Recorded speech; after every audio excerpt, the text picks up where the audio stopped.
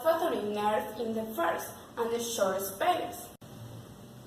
It is only sensorial and take the olfactory impulse the central system. The exploration should be each nostril for explore the right nostril.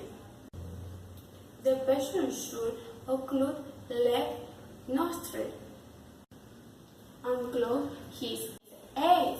A substance like chocolate or vanilla is placed near his right nostril. Irritating substance should not be placed.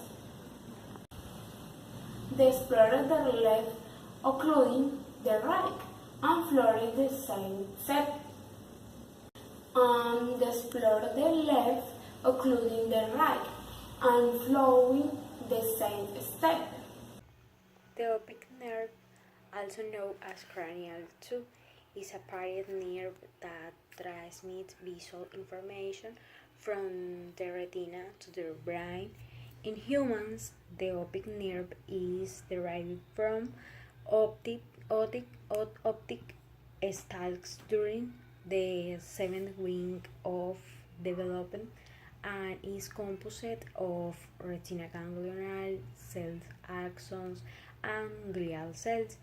It extends from the optic disc to the optic chiasma and continues as the optic tract to the lateral genicularis nucleus, the pectoral nuclei, and superior colliculus. The exploration of this pair is done through the fundus examination of the vision of the colors and visual field. The auditory nerve, also called vestibulocochlear nerve or acetacoustic nerve, is the eighth of the 12 nerve cranials.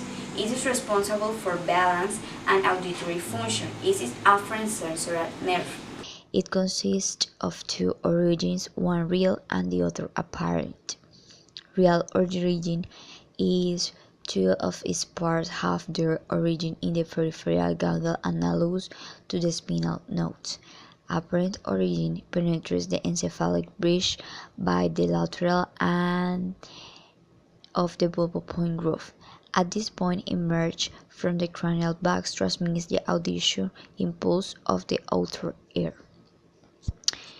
It is composed of the cochlear nerve, which carries information about the sound, and the vestibular nerve, which carries information about balance.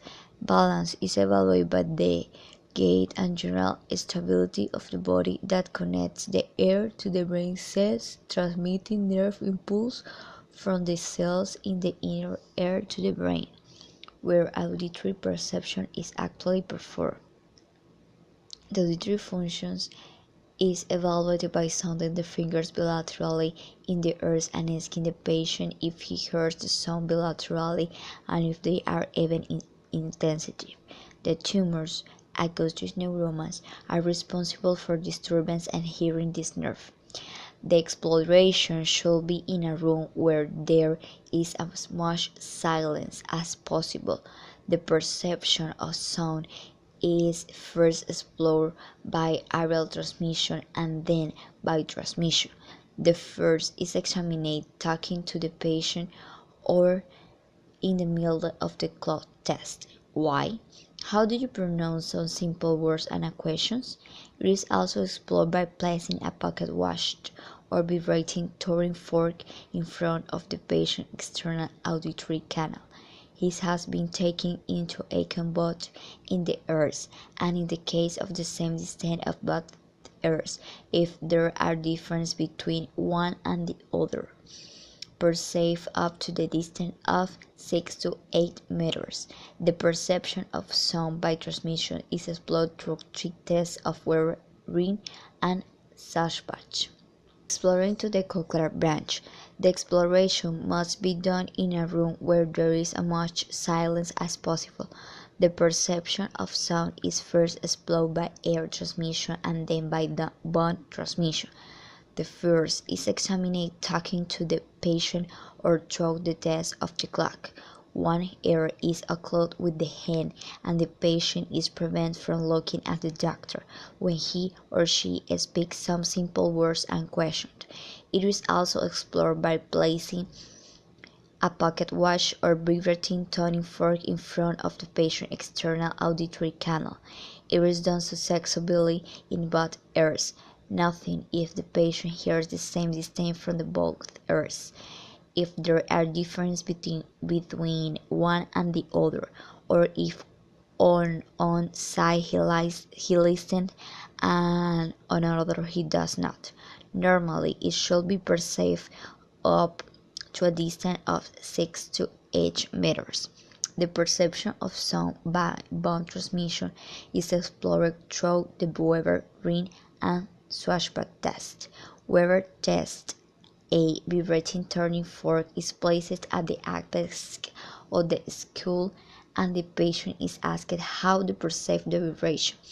Normally, it is perceived in both ears. Otherwise, we speak of Weber lateralized to the left. It is perceived more in the left ear, and lateralized to the right. It is perceived more in the right ear. Ring test: a tuning fork is placed in vibration of the mastoid process of the patient until he stops perceiving the sound. Then the tuning fork vibrates in front of the ear on the same side. Normally, in the vibration of the tuning fork, ring positive should be heard again. When this does not happen, ring negative. Examination of the vestibular branch. It includes the anamnesis and the objective examination. The interrogation should investigate two subject aspects. First, vertigo, and second, hum, tinnitus. Vertigo is a particular and unpleasant sensation of instability. The subject with vertigo mistakenly feels that his body rotates and the surrounding objects remain fixed. Subjective vertigo, or that the objects around him are those that rotate. Objective vertigo. In the tinnitus, the subject refers sound similar to the ringing of a bell, to whistles, or to steam noise. When it is due to processes that affect the vestibular branch, the sounds are of high tonality and heights.